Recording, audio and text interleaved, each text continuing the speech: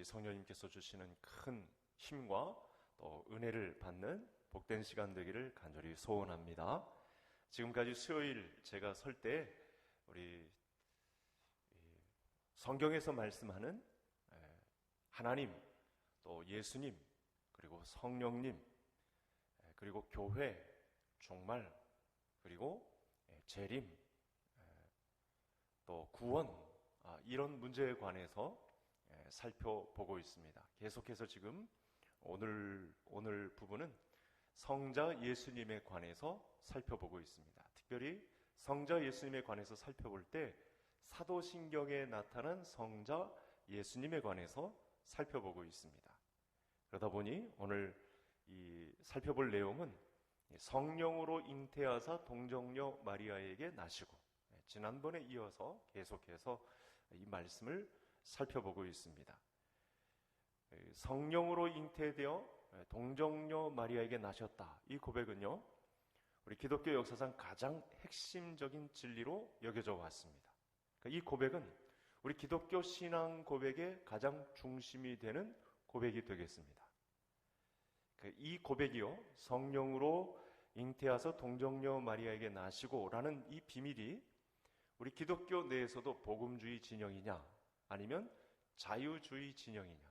우리는 복음주의 진영인데 자유주의 진영은 좀 인위적인 해석이 많아서, 위험한 성경 해석이 많아서 그렇게 권장하지 않습니다. 기독교 내에도 좀 이렇게 자유로운 분위기에서 좀 막 나가는 그런 파가 있어서 우리가 경계도 하고 또 가지 말라고도 하고 그렇게 말을 하는데, 여러분, 이단은 말할 것도 없죠. 이단은 이 동정녀 마리아에게서 나시고 해서 거의가 다 위배된다고 보시면 정확하겠습니다. 우리 기독교의 핵심 진리는 성령으로 잉태하사 동정녀 마리아에게 나시고, 이게 중심적인 신앙 고백이 되겠습니다. 그래서 세상 사람들은요, 예수님의 동정녀 탄생을 신화처럼 또는 전설처럼 여기는 경우가 있습니다. 참 해괴망측하다. 어떻게 시집 안 간 처녀의 몸에서, 동정녀의 몸에서 어떻게 아이가 태어날 수 있겠는가? 신라의 박혁것의 이야기인가? 주몽의 이야기인가? 이렇게 핀잔을 주는 내용이기도 합니다. 그 방식이 너무 독특하기 때문에. 그러나 우리는 알고 있죠. 이것이 하나님만의 방식이고 이 세상 방식으로 임하시지 않는 부분이 있는데, 우리가 이런 내용을 도대체 어떻게 된 건가? 세상 사람들은 그렇게 우리에게 핀잔을 주고 있는데, 여기서 복음주의냐 자유진영이냐 또는 이단이냐 이렇게 갈림길이 있는데, 우리가 성령으로 잉태하사 동정녀 마리아의 몸에서 나셨다는 이 부분을 어떻게 이해해야 할 것인가? 이 부분만 통해서도 하나님께서 우리에게 주시는 신앙의 유익이 있을 텐데, 그 유익은 무엇인가? 오늘 이 수요 예배를 통해서 저와 성도님들이 누려야 할 기쁨이 되겠습니다.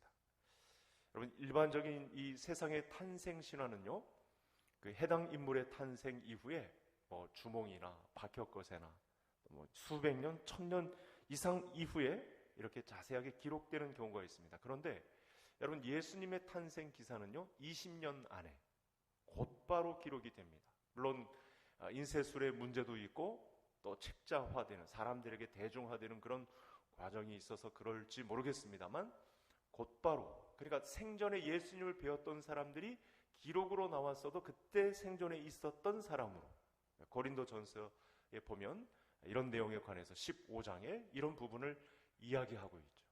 거의 차이가 없이, 사람들은 신화적으로 여기지만, 전설 같은 이야기로 여겨지지만, 우리 믿음의 사람들은 곧바로, 그러니까 예를 들면 법정에서 그 부분이 합당하다면 네가 증인석에 서라 하면 손들고 나설 사람이 500여 형제라고까지 이야기했고, 저는 이게 형제들만 이야기했기 때문에 여자들은 빠져 있어서 더 엄청난 수의 숫자가 예수님을 생전에 배웠던 그런 증인들로 서 있다는 말씀을 또 드렸었습니다.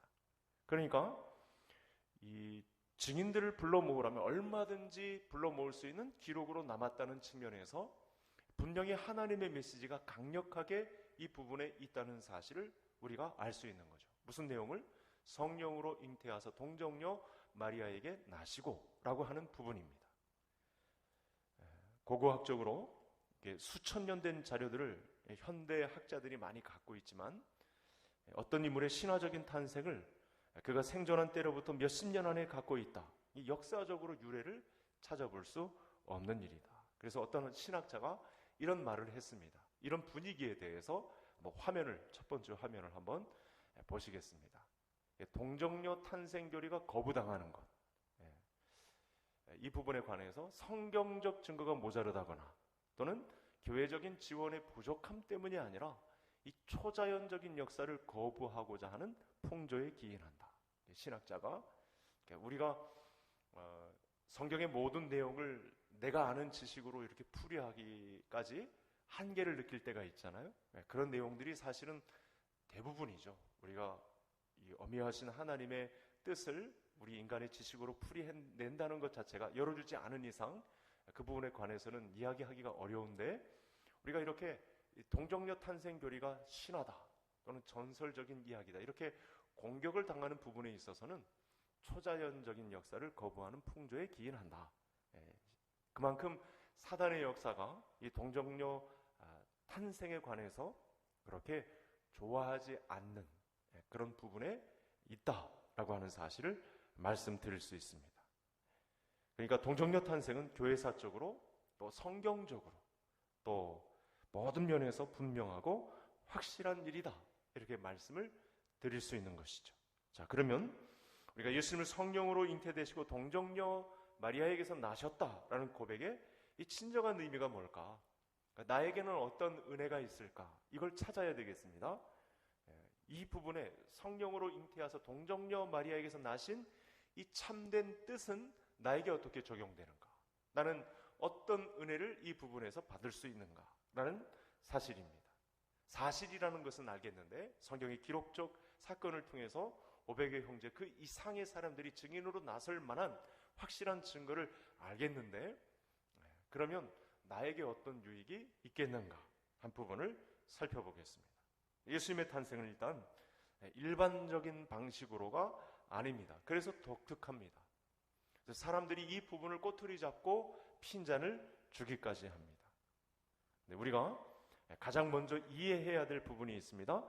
자, 이렇게 생각해 보시죠. 예수님이 동정녀에게 나심으로 인간에게 물려받는 죄 없이 예수님께서 탄생하셨다는 거예요.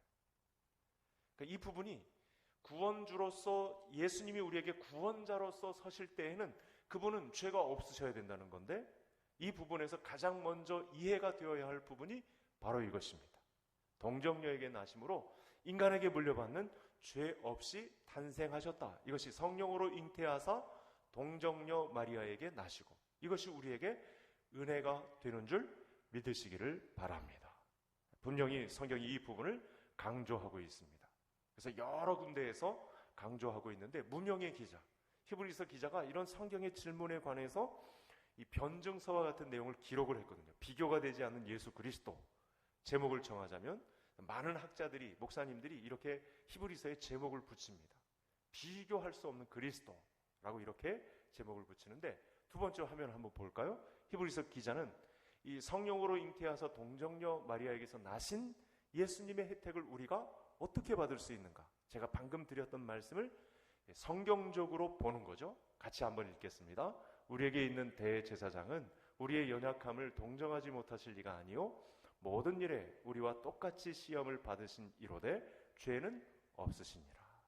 예수님이 유명하고 우리를 위해서 십자가에 달리신 분이라고 해도 그분이 죄가 있는 분이라면 우리도 결격 사유가 있습니다. 최종적으로 하나님의 심판대에 섰을 때 너도 죄가 있구나 라고 우리가 심판에서 결격 사유가 걸릴 수 있습니다.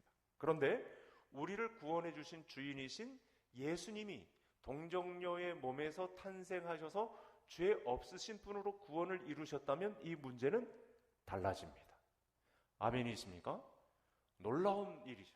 그분은 죄가 없으셔서 우리의 구원을 이루었는데, 우리가 본래는 죄가 있었지만 이분의 역사로 말미암아 죄 없으신 예수님의 은혜로 죄가 감춰졌다라고 하면 이 문제는 심각하게 달라지는 것이죠. 그리고 앞서서 배웠던 중보자를 배울 때 중보자는 왜 참 인간이시고 의로우신 분이어야 합니까? 라고 하는 질문에 하나님의 의는 죄지은 인간이 죄값을 요구하지만 누구든지 죄인인 사람으로서는 다른 사람을 위해 값을 치를 수 없기 때문이다. 이렇게 대답할 수 있는 것이죠. 중보자이신 그리스도께서 다른 사람들과 달리 죄 없이 탄생하셨다는 점, 이것이 우리에게 얼마나 은혜가 되는지 모른다라고 하는 말씀이 되겠습니다. 그래서 동정녀에게 나셨다라고 하는 것은 인간의 죄를 물려받지 않고 태어나셨다라는 것을 가르치는 점에서 우리에게 소망입니다. 이단은, 자유주의 진영은 이 부분을 인간에게 초점을 많이 맞춥니다. 죄가 분명히 있는데 없는 것처럼 포장해서 우리의 구원을 이룰 교주처럼 이렇게 각색해서 포장하죠. 사람들이 이 부분에 많이 미혹을 당합니다. 그러나 예수 그리스도께서 인간에게 물려받는 죄 없이 동정녀의 몸에서 나셨다는 것, 우리의 구원주로서 가지는 큰 은혜가 된다.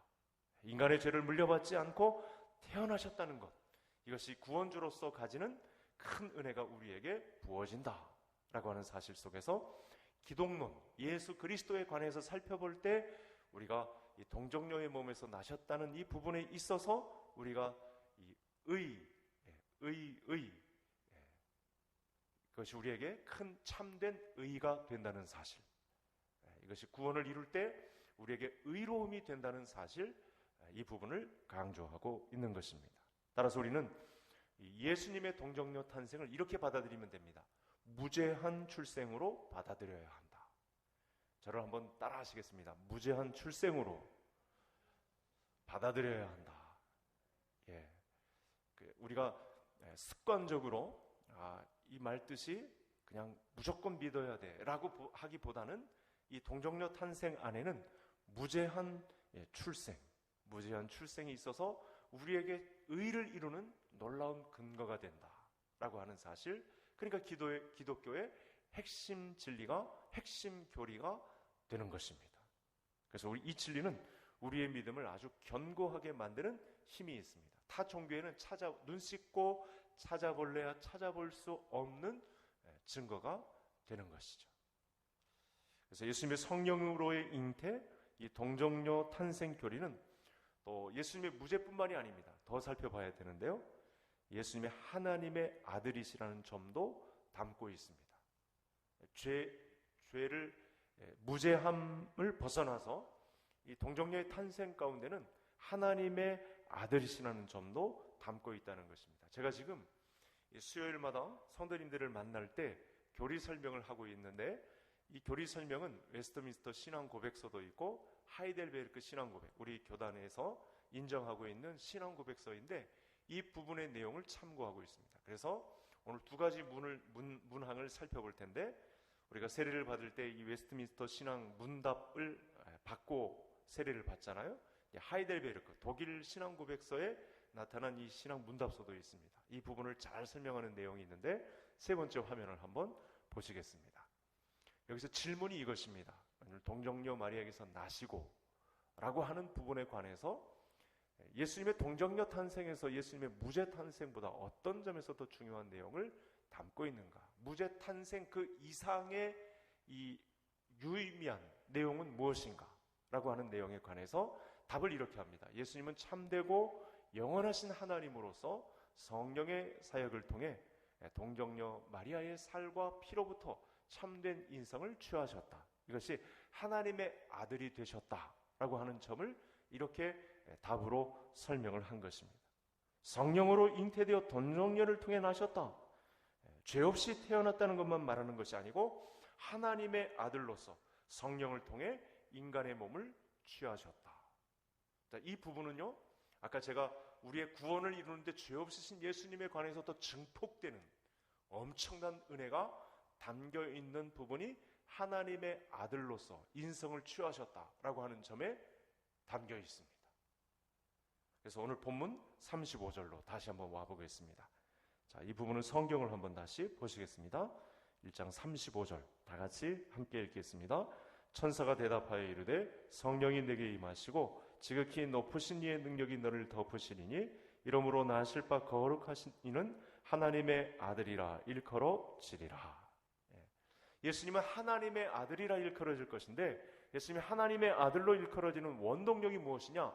성령께서 마리아에게 임하셔서 덮으셨다라고 하는 사실에 있다는 것입니다. 성령님의 덮으심이 바로 하나님의 아들로 일컬어지는 동력이다. 자, 그래서 우리는 성령님의 덮으심에 관해서 오늘 두 번째로 은혜를 받아야 합니다. 성령님의 덮으심이 예수님의 탄생 가운데 아주 확실하게 나타난 부분인데요, 이 부분은 이렇게 설명할 수 있습니다. 창세기로 한번 돌아가야 되는데요, 왜냐하면 오늘 이 35절에 쓰여진 본문이 바로 창조 기사에 또 나오기 때문에 그렇습니다.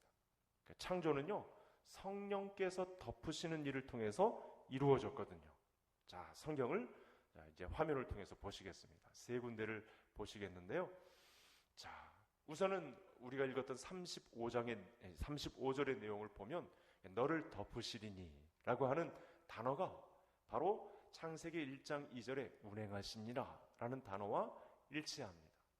누가복음은 헬라어로 쓰여졌고 창세기는 히브리어로 쓰여졌는데 이 내용의 단어가 같습니다. 운행과 덮는다 라고 하는 말씀이 똑같은 단어로 표현되어 있습니다. 그러니까 창조는 성령께서 덮으시는 일로 이루어졌는데, 오늘 이 예수님의 동정녀 탄생도 마찬가지로 이 단어가 성령께서 마리아에게 임하셔서 덮으셨다는 말씀 속에 그대로 나타나고 있습니다. 그러니까 하나님이 이 혼돈의 세계 속에서 창조를 수행하실 때 하나님의 영, 성령께서 동일하게 사역하고 계셨음을 알 수 있는데, 이 재창조에 가까운 자기의 새로운 백성을 이 하나님의 나라를 열어가는 예수님의 이 탄생의 역사 순간에 성령님께서도 똑같이 동일하게 임하셔서 운행하시는 그 일을 이 동정녀 탄생의 순간에 성령께서 또 관여하고 계시는 이 과정을 보게 된다는 사실이죠. 그래서 여기서 이 운행한다는 표현은요, 우리가 그냥 이렇게 한자 없이 또는 이 말씀의 내용을 잘 모르면 버스를 운행한다, 뭐 차량을 운행한다 이런 식으로 받아들일 수 있잖아요. 그런데 이 내용을 또 같이 쓰는 본문이 있습니다. 여기 지금 화면에서 보는 대로 신명기 32장 11절의 내용. 그러니까 뭐 성도님들이 히브리어나 헬라어를 잘 알 필요는 없는데 이렇게 말씀의 해석을 통해서 그때마다 이렇게 알면 되겠는데요. 여기서 이 신명기 32장 11절과 12절을 보시면 같은 내용들이 나오는데 모세의 마지막 노래입니다. 찬양 노래 가사를 쓴 것이거든요. 모세가 너무 감격적이어서 이 광야 생활을 인도하신 하나님의 은혜에 관해서 이렇게 노래를 지었는데, 그때 중간에 부르는 내용이 찬양의 가사가 이런 내용이 나옵니다. 그의 날개를 펴서 새끼를 받으며. 연상하실 수 있죠. 동물의 왕국에 보면 어미새가, 독수리가 어디서 먹이를, 쥐를 이렇게 물고 잘 뜯어가지고 이 보금자리로 탁 내려왔는데 그 날개짓이 부드럽고, 그 아기 독수리는 아주 연약하고, 그런데 그 날개로 쫙 덮으면서 이렇게 내려오는 그런 과정이 있습니다. 바로 이 부분의 단어를 바로 운행, 덮는다, 날개를 펴서 새끼를 받으며 그 날개 위에 그것을 얹는 것 같이 다 이 내용을 포함하고 있는 단어가 되겠습니다. 그래서 독수리가 새끼 위에서 날개를 너풀거린다라고 할 때 그 부드러운 바람, 바로 이것을 성령께서 운행하신다라고 하는 표현을 쓰는 거죠. 이 날개짓의 횟수가 많아질수록 새끼는 하루가 다르게 엄청난 성장을 하게 됩니다. 얼마 안 가서 날개짓을 하고 독립을 하는, 또 다른 보금자리를 만들어서 또 새끼를 펼쳐지게 창조 질서를 이루어가는 곳에 이 날개짓이 엄청난 쓰임을 받고 있는데, 바로 하나님께서 창조 사역에, 그리고 동정녀 마리아의 성령으로 잉태됨 속에 하나님께서 그와 같은 날개짓을 그걸로 덮으셔서 이 일을 이루셨다는 말씀을 지금 하고 있다는 사실입니다. 그래서 창조 사역 때 우리 성령께서 자기 백성을 새롭게 하는 일에 어떻게 접근하셨을까? 우리가 방금 읽었던 이 모세 32장에 보았던 이 내용을 통해서 독수리에 날개치는 것이 마치 자기의 백성을 광야에서 보듬었던 여러 가지 사역이 있죠.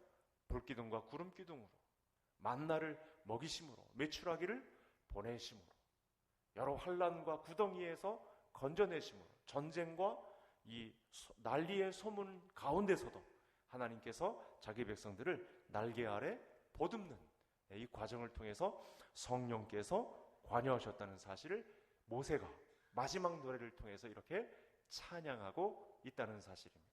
그러고 보면 우리도 모세처럼 우리의 인생 노래를 적을 수 있습니다. 가사를 통해서 찬양으로 심지어 부를 수도 있습니다. 이것이 바로 새 노래죠. 하나님은 이런 새 노래를 굉장히 귀하게 보십니다.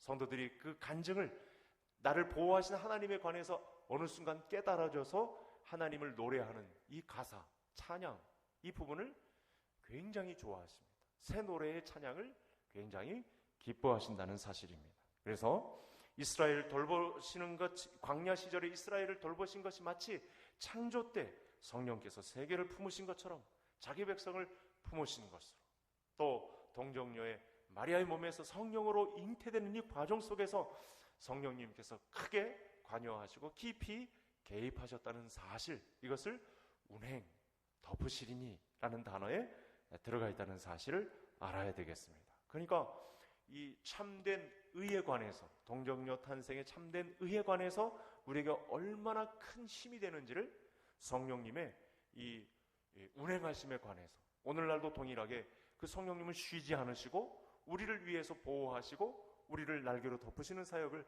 감당하시는데, 그러고 보니까 예수님에게 비둘기같이 성령으로 임하시는 때의 그 날개짓, 그것이 무엇을 뜻하는지도 우리가 조금은 알 듯한 그런 내용이 본문 안에 선포되고 있는 것입니다. 성자 하나님이 마리아의 육체를 취하셔서 또 이 땅에 태어나신 하나님의 아들이 되었을 때 거긴 성령님의 강력한 열심, 또 성령님의 이 산파 역할을 감당하신 놀라운 은혜가 있었다는 사실이 우리에게 은혜가 되는 줄 믿습니다. 그래서 이 동정녀 탄생 교리에서 예수 그리스도께서 어떻게 인성을 입으셨는가, 그걸 발견할 뿐만 아니라 훨씬 더 풍성하게 성령님께서 어떻게 일하셨는가를 안다면 우리는 이 말씀 앞에 머리를 조아릴 수밖에 없는 거죠. 이 성령님의 은혜가 제 평생에 함께 하기를 원합니다. 이 말씀의 여파가 저에게 미쳐져서 제가 성령님께 사로잡힌 인생이 되기를 원합니다. 그 날개를 덮음에 운행하심의 역사가 제 인생의 평생에 함께 하기를 원합니다. 이렇게 기도할 수 있겠죠. 자, 그러면 이 사실을 아는 것이 우리에게 더 어떤 유익을 줄까요? 이 부분을 다루면서 이제 마지막 말씀을 살펴보고자 합니다. 이 동정녀 탄생 사건이 이 하이델베르크 교리문답 36문, 제가 두 가지를 본다고 그랬잖아요. 아까 35문을 보았는데, 자, 이제 화면을 한번 보시겠습니다. 마지막 문항인데, 요건 내용은 같이 한번 읽어볼까요? 그리스도는 우리의 중보자이심으로 잉태되고 출생할 때부터 가지고 있는 나의 죄를 그의 순결함과 온전한 거룩함으로 하나님 앞에서 가려줍니다. 여러분, 성부, 성자, 성령 하나님이 이렇게 공조하시고 또 우리의 죄가 없으셔서 우리의 이 죄의 본성을 가진 우리의 인생을 용서하시기까지 관여하시는 이 문제에 있어서 빨간 글씨, 온전한 거룩함으로 하나님 앞에서 가려줍니다.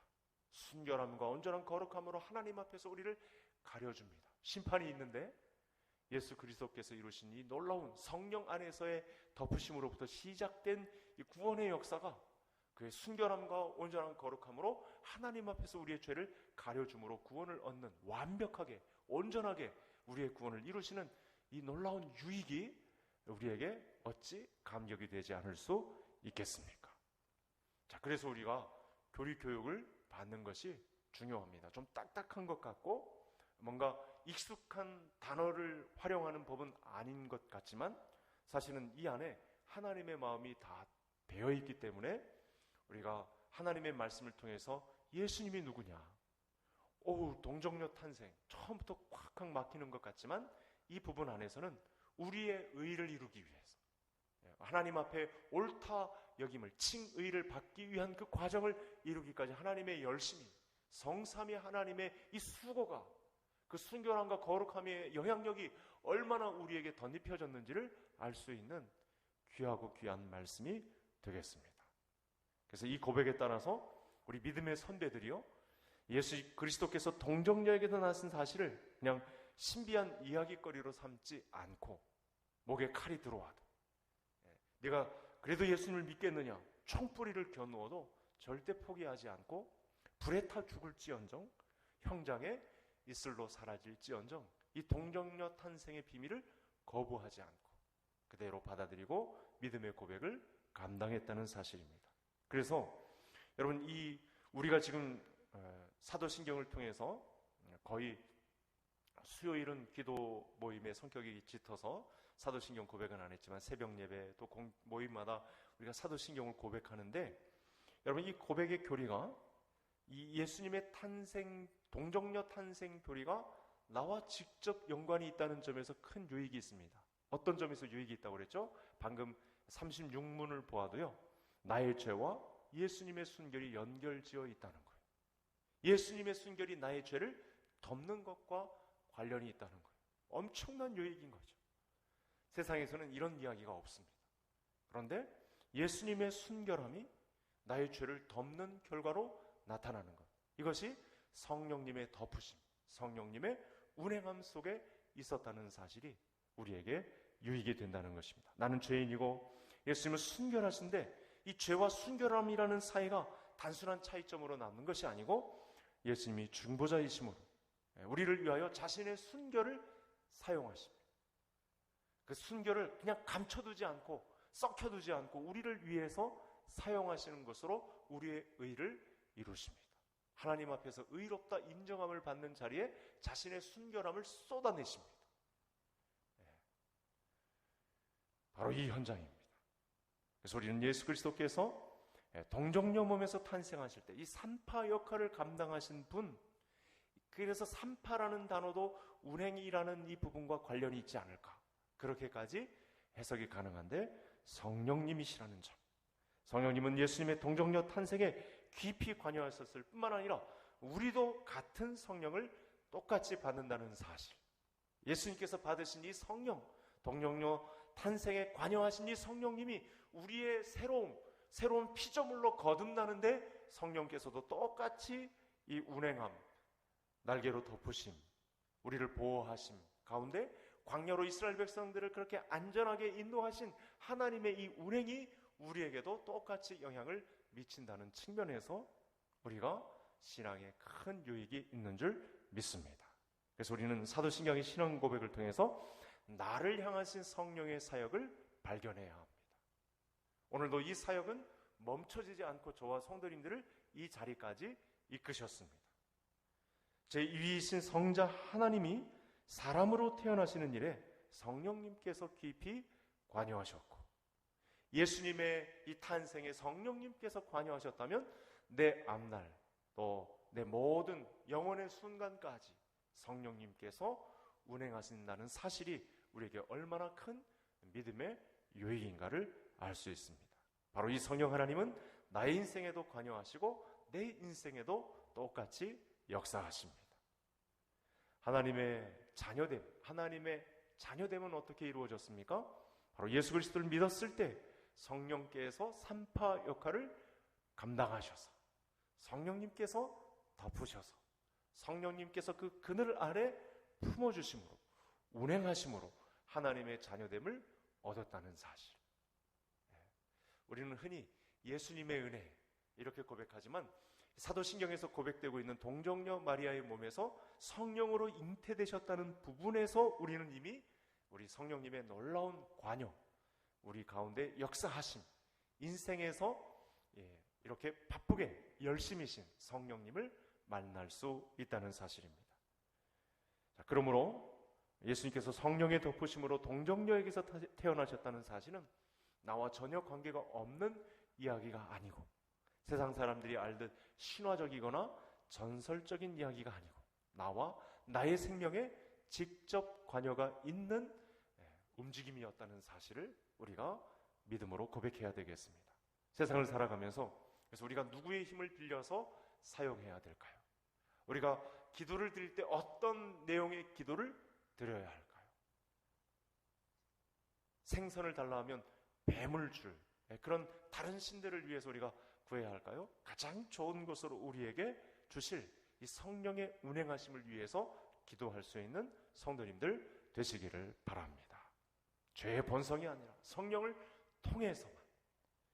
성령님께서는 예수 그리스도를 성육신하게 하시는 이 산파 역할을 감당하실 뿐만 아니라 나에게도 하나님의 자녀로 인정되는 산파 역할을 나에게도 똑같이 감당하신다는 사실이 오늘 저녁에 저와 성도님들에게 큰 은혜가 될 수 있기를 바랍니다. 그래서 우리 모두는 성령으로 새롭게 태어났고요, 지금도 성령을 통해 매일을 하나님의 자녀로 살아갈 수 있는 동력이 됩니다. 이 말씀을 통해 나의 새로 태어남과 예수님의 사람으로 유지되는 삶의 비밀이 역동적인 성령님의 사역에 기초하고 있다는 사실로 말미암아 우리 세상 끝날까지 나의 생명 다하는 그날까지 우리 성삼위 하나님께 영광이 되는 신자의 삶을 살아가는 우리 개성의 모든 식구들 되시기를 주의 이름으로 축복합니다. 하나님 아버지 감사합니다. 오늘도 기독론을 살펴보며 우리 성령님의 사역이 동정녀 마리아의 탄생에 이렇게 관여하셨다는 사실을 우리에게 알려주시니 진심으로 감사를 드립니다. 하나님, 오늘도 이 사역이 예수님의 사역에 관여하실 뿐만 아니라 내 안에도 성령님을 심으시는 사역을 하게 하신 은혜 참으로 감사를 드립니다. 내게도 하나님의 자녀로 인정되는 산파 역할을 감당하게 하여 주셨사오니 새로운 피조물로 하나님 나라의 친 백성으로 제사장 나라로 소유되게 하신 백성으로 귀하게 쓰임받아 하나님께 영광이 되는 저희 모두가 되게 하여 주옵소서. 예수님의 이름으로 기도하옵나이다. 아멘.